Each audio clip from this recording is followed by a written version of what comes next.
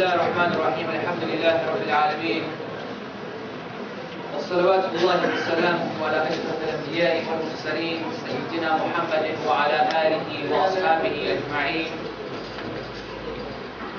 اللهم لا سهل إلا ما جعلته سهلا وأنت تجعل الحزن إذا شئت سهلا. اللهم أعنا على ذكرك وشكرك وحسن عبادتك يا رب العالمين، وخاصة في هذه الليلة المباركة إن شاء الله وأسفل القبول. تقبل الله منا منكم صالح الأعمال. My dear brothers and sisters, I don't know what the word for story, but bayan. But what Sheikh Hamoud just mentioned, but something bayan. I'm assuming it means detail. Detail? Yes. Detail. That's exactly what it's not going to be. I don't really want to give detail on this night, especially after the dua of Khatm al-Qur'an and the fact that Allah subhanahu wa ta'ala has given us this night al-Mubarak, this blessed evening and opportunity for us to get close to Him individually and not by me speaking to you and telling you something that which you already know.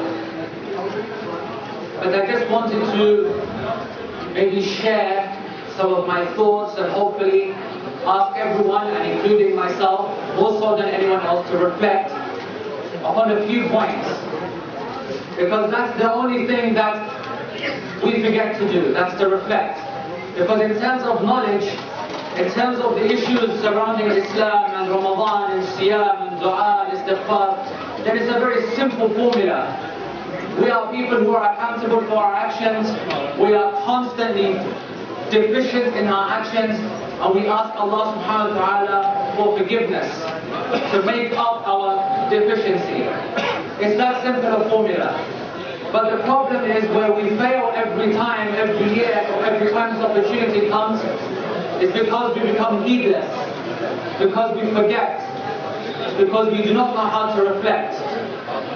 And so I will just take this opportunity to mention a few things.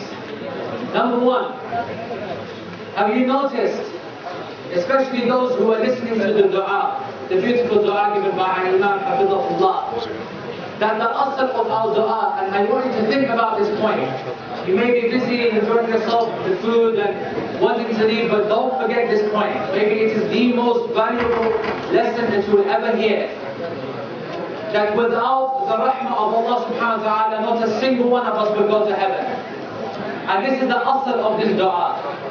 That our a'mal, whatever we do, however big they are, however amazing they become, and however, whenever, whatever, we will never ever get to paradise by that, except by the rahmah of Allah subhanahu wa ta'ala.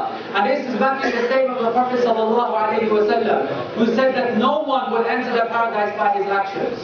Not a single soul. And this was the Prophet of Allah, Muhammad sallallahu alayhi wa sallam, who said that.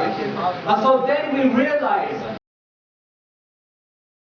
you recognize this point, that none of us are going to go anywhere, get any salvation except by the mercy of Allah. Then you realize where we are at this moment, what an opportunity we have. That's the benefit of reflection. If you just stop to think for 1 minute and realize that this is Laylatul Qadr, out of the Shahr Ramadan, الذي أنزل فيه القرآن هدى للناس. Allah subhanahu wa ta'ala says that this is Laylatul Qadr in Surah Al-Qadr. And then in Surah Al-Baqarah, and this is a night from the month of Ramadan, الذي أنزل فيه القرآن, in which the Qur'an has been revealed, a night of guidance, a criterion for us, and a guide from between the two, from misguidance and guidance. This is the opportunity that we have on a night like this. This is the opportunity that we have in a month like this. The question though, do we feel too safe with our actions? Are we practicing our Islam in a correct, sufficient and sincere way? Does anyone feel safe from the makr of Allah? Does anyone feel safe from the qadr of Allah? Does anyone feel safe that they will die upon Iman? Does anyone feel safe that their actions will be accepted, that their istighfar will be accepted, that their intentions are pure? Who feels safe? Because think about Laylatul Qadr. The basis of Laylatul Qadr is the Qur'an. What is Laylatul Qadr? But the night in which the entire Qur'an was revealed in one go. And from this night then, via Jibreel alayhi salam, the Prophet sallallahu alayhi wa sallam divided it upon his nation, and then to us in 23 years, big part by big part, according to scenario, to set us up, to give us an understanding about how deen is practiced. It's a great night, and its asl is the Qur'an. So we should ask ourselves, what is our connection to the Qur'an? What is our relationship to the Qur'an? And we should be worried, ya ikhwa. We should be worried. You know why? Ibn Taymiyyah said, discussing the Qur'an and Laylatul Qadr, you know what he said? He said, when you think about the hadith of the Prophet sallallahu alayhi wa sallam, when he said that the believer is like a citrus fruit, like an orange, when he recites the Qur'an, you look at him, he's nice, beautiful to look at, smell, beautiful. When you taste, beautiful. And then he described the 4 categories. And what did he say about the munafiq? The munafiq is the one who recites the Qur'an. What did he say about him? You look at him, he looks nice and beautiful, smell beautiful. Rihana. It's like a basil. You look at it, the smell's nice, but when you taste it, it's bitter. When you taste it, it's bitter. So what is this? He's talking about the munafiq, the one whose actions are all on the outside, but the a'mal al-qulub, the ikhlas, is empty. Person is hollow. Person is shallow. And that person is munafiq. A person who could be praying all night, making dua all night, learning Qur'an, memorizing Qur'an. Ibn Taymiyyah said, look, the Prophet ﷺ said he is the munafiq who reads the Qur'an. The Prophet ﷺ mentioned in the hadith, this is the munafiq who reads and learns the Qur'an. So this is that person. This could be one of us. This could be all of us. And if it is, what will be our end? Because our crying and our tears and our dua and everyone coming to Laylatul Qadr will be washed away. Because this is all on the outside. If we have not made islah and reformed what's on the inside, a'mal al-qulub. That's the question we have to ask ourselves. If this is Laylatul Qadr, the layla of the Qur'an itself, then let's ask ourselves, how are we with the Qur'an? We may read it, we may listen to it. How much have we understood from the Qur'an? We have finished 30 chapters of the Qur'an tonight. How much of the Qur'an can everyone here and stand and say that they have understood? Forget about memorized and heard that you have, yeah, I know that surah, or I know that ayah. How much of the Qur'an can you say now after 27 nights and 30 chapters can we say that we have understood? If it's nothing, then be afraid. Because if it's nothing, then you are a person who had the Qur'an go in one ear and out of the other. Because the a'mal al-qulub are not, the actions of the heart are not there to listen to the Qur'an. The heart is there to take in the Qur'an and act upon the Qur'an. Because it changes the intentions. It changes the internal. And if the internal has not been affected, and your sincerity has not been affected, and you have not changed, and you have not left the sifat of the empty people, the characteristics of empty people, then you are in the category, according to the Prophet ﷺ, of nifaq. وَالْمُنَافِقِينَ فِي دَرْبِ الْأَسْفَلِ. And the munafiqeen, as Allah subhanahu wa ta'ala says, are in the bottom of the hellfire, under the kuffar. That's the problem, that's the issue at hand. That's what we should be reflecting upon in a night like this. And think about it, as the ulama used to say. The sifat of the munafiqeen are what? Appearing at the right times, making PR at the right times, looking good at the right times, showing the right kind of hay'ah, the right kind of stature. Always there where it might matter in public. But public is not what this deen is about. This deen is about the relationship between you and Allah subhanahu wa ta'ala. And if you're lacking there, which is why in the dua, as our Imam said, oh Allah, make our actions the same in our private as in our public. Account us the same, because you know and I know, when you're in public it all comes up, but when you're private it all disappears. When you're hidden behind the door, your salah is like this and up and down. When you're in a public, then you can sit and relax and make ruku and sujood as if you have all day. You have to ask yourself, who are you practicing this Islam for? What is the quality of your Islam? Think about this final point. Think about the Prophet ﷺ and his people, his companions. Look at that time.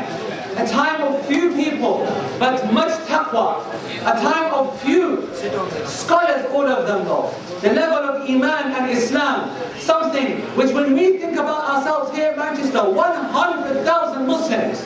How many scholars can you name to me in Manchester that you would say he is a real alim? How many Ubbad, how many Muttaqeen can you think of at this time? How many people can we refer to and think and hope that we will be protected because of them? What do I mean because of that? There are people in this society, in this community who are protecting us. There are Muslims that by them we are being protected. Allah subhanahu wa ta'ala says, and I will not punish them. وَهُمْ مُسْتَغْفِرُونَ. I will not punish them while there are some people from them making istighfar. I don't think it's me, I don't think it's many of you. There will be a few people out there who out of ikhlas are making a real istighfar. A real pure istighfar, like the way of the Prophet ﷺ, where every night for them is a Laylatul Qadr. Every night is a night which they act upon the prophetic hadith, in which Allah subhanahu wa ta'ala descends from the highest heaven down to the lowest heaven and asks his slaves, where are you so that you can ask me so that I may give you? Where are those seeking forgiveness so I can forgive? There are those who react accordingly to the sunnah and the command of Allah subhanahu wa ta'ala. They're not part-time Muslims. This is not a part-time religion. If this Islam was about turning up on one night, it would be fabulous, but it's not. Because the people are not made in one night. Nations are not built in one night. Nations are built upon foundation and strength. A man is not made in one night with one prayer, in one salah, in finishing one Qur'an once every year. This is not the deen of men. This is the deen of cowards.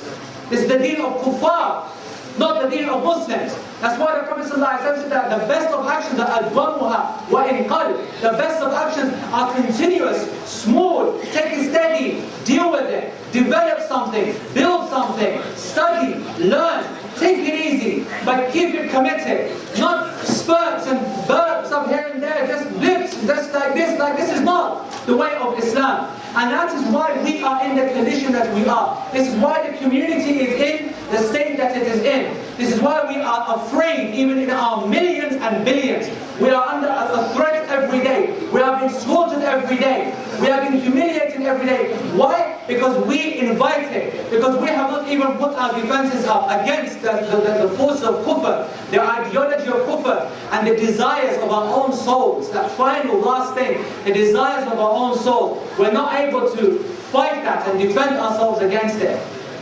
These are the kind of things that we should be reflecting upon at a time such as this. And specifically in a night such as this, which has been credited for changing the lives of many, many great people.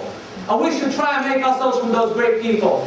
We shouldn't be those people who, we see every year. There are people here, by the way, that I see once a year. I give them a hug and say, how you doing, bro? You're alright, mashallah, how's things? You're okay, yeah? How's work, how's life, how's holidays? What's the, yeah, I've been here, I've been investing there, I've been doing this, I've been doing that. Alright, great. And I'll see them again next year.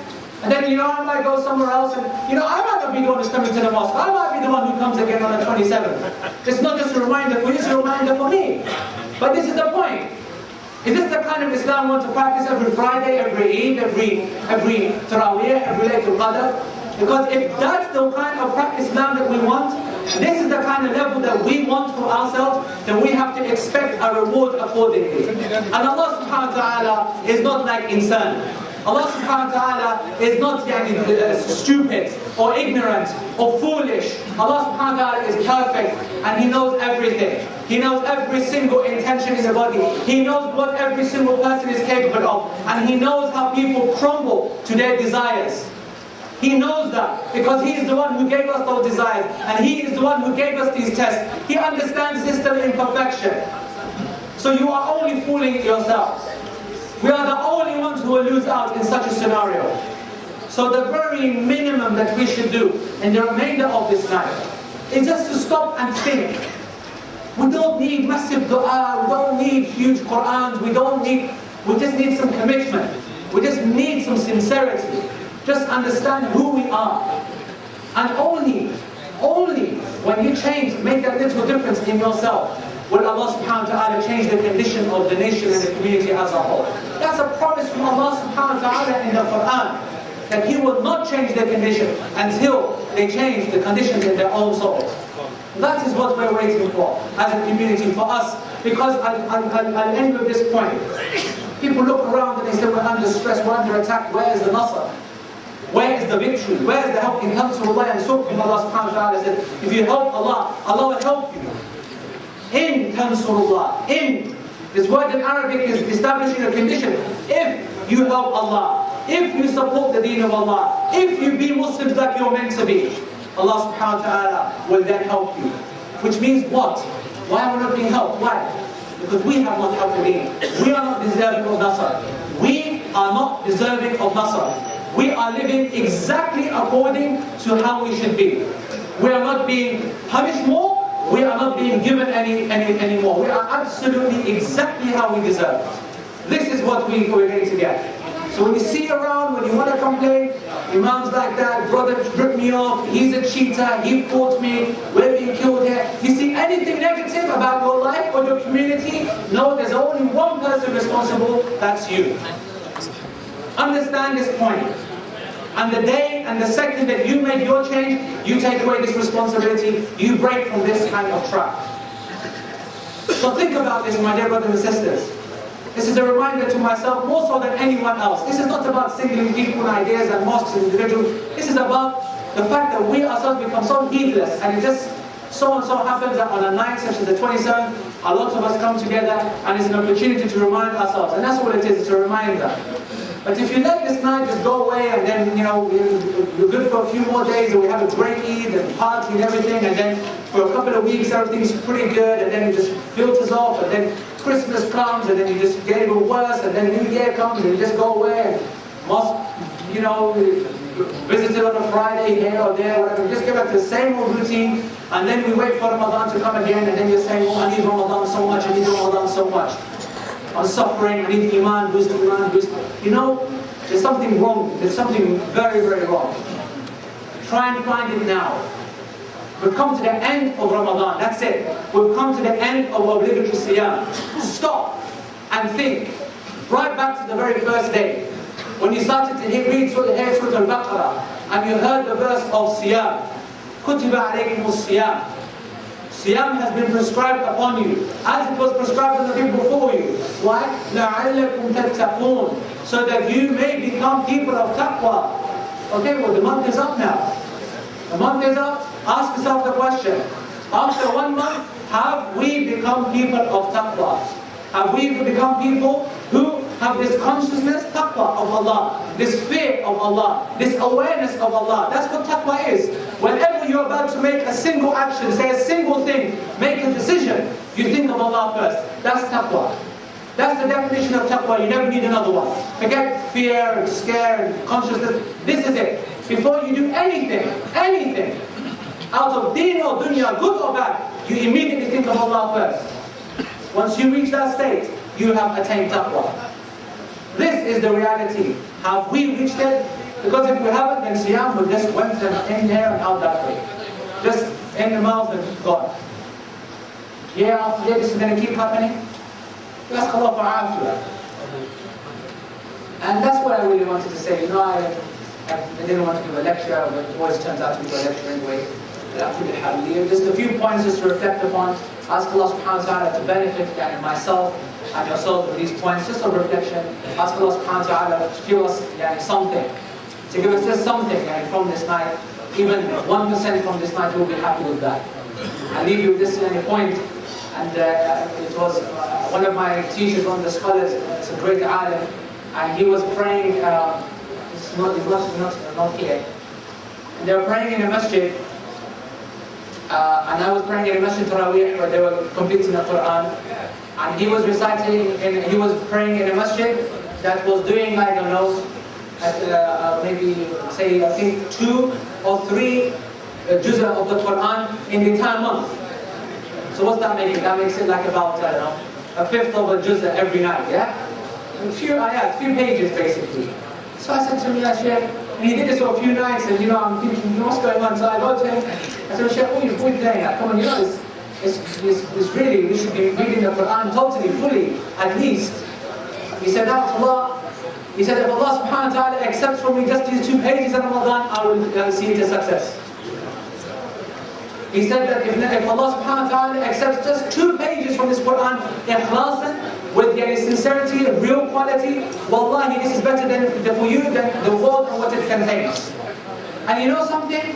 I never understood that until very recently. For years I thought, I just couldn't understand that. Just very recently, a matter of days, may I add, have I understood now what my Shaykh was trying to say.